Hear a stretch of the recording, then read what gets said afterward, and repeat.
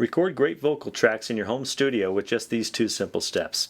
The first thing you got to do is have a mic. I've got here a Blue Yeti Pro USB. This has several bells and whistles on it. You can see here on the back it has a stereo mode, an omnidirectional mode, and then the cardioid mode, and also a dual cardioid mode, which is cool. You can use that for two people for like podcasting and stuff.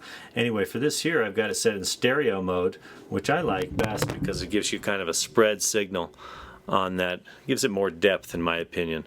So this kind of mic is fantastic if you can afford that, and of course you can plug that right into your PC or iPad. It does need phantom power, so you've got to have something to power it with. A simpler mic would work just as well, you know, a vocal mic like a Shure SM58, something like that is a little bit cheaper than this.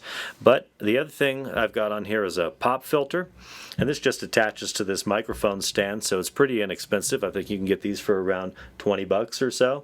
And what this does is it removes all the P's and the B's and the plosives, you know, and kind of cuts those things out of any words that might have that sound. So you want to have that in front of your mic, at least 4 to 6 inches in front of your mic here, so that you can get some distance, and it gives you a little bit of room noise, right? It gives some ambience.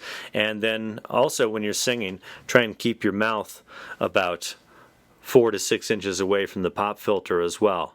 So with this setup here, you're at this distance here. So that's important, so that way you don't get overload into the microphone and then overload into the system. All right, and so that takes us into step 2, which is gain staging. Alright, as you can see on here, I'm using the Yamaha AG03 mixing console, and I've got the microphone plugged in here to this XLR input, and it has a 48 volt phantom power to it. So that is required to power this particular mic. Some mics you don't need that to get any power to it. It just runs without it.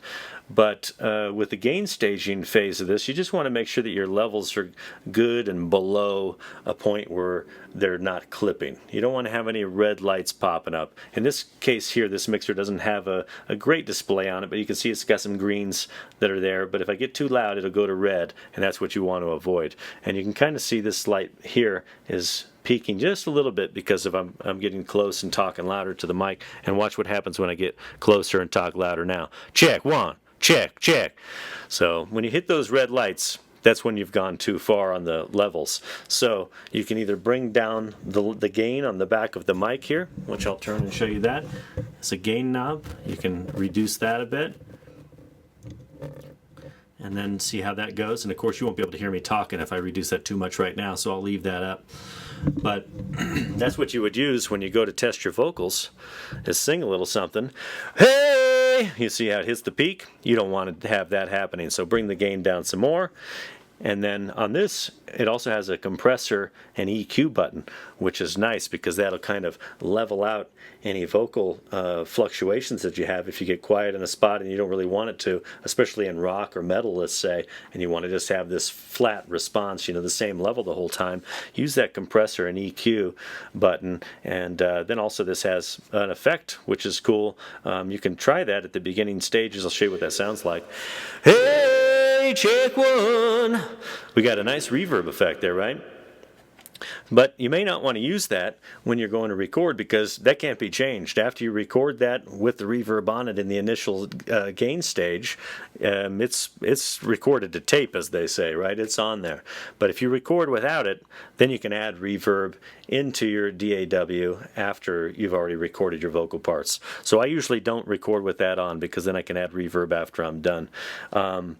So those are the most important things. And then, of course, in your DAW, you'll also want to make sure that you're not peaking in there. So really a good rule of thumb is to have about 50% of headroom, which seems like a lot, but you don't want to get anywhere near the yellows in your gain stage, because then you can always raise your vocals up after that. You don't want to have any digital clipping of any kind.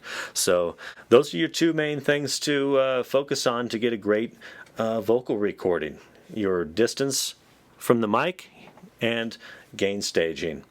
If you enjoyed this video, give me a thumbs up, and be sure to subscribe to the channel if you haven't already, and tap that bell. Thanks so much for watching. I'll see you in the next video.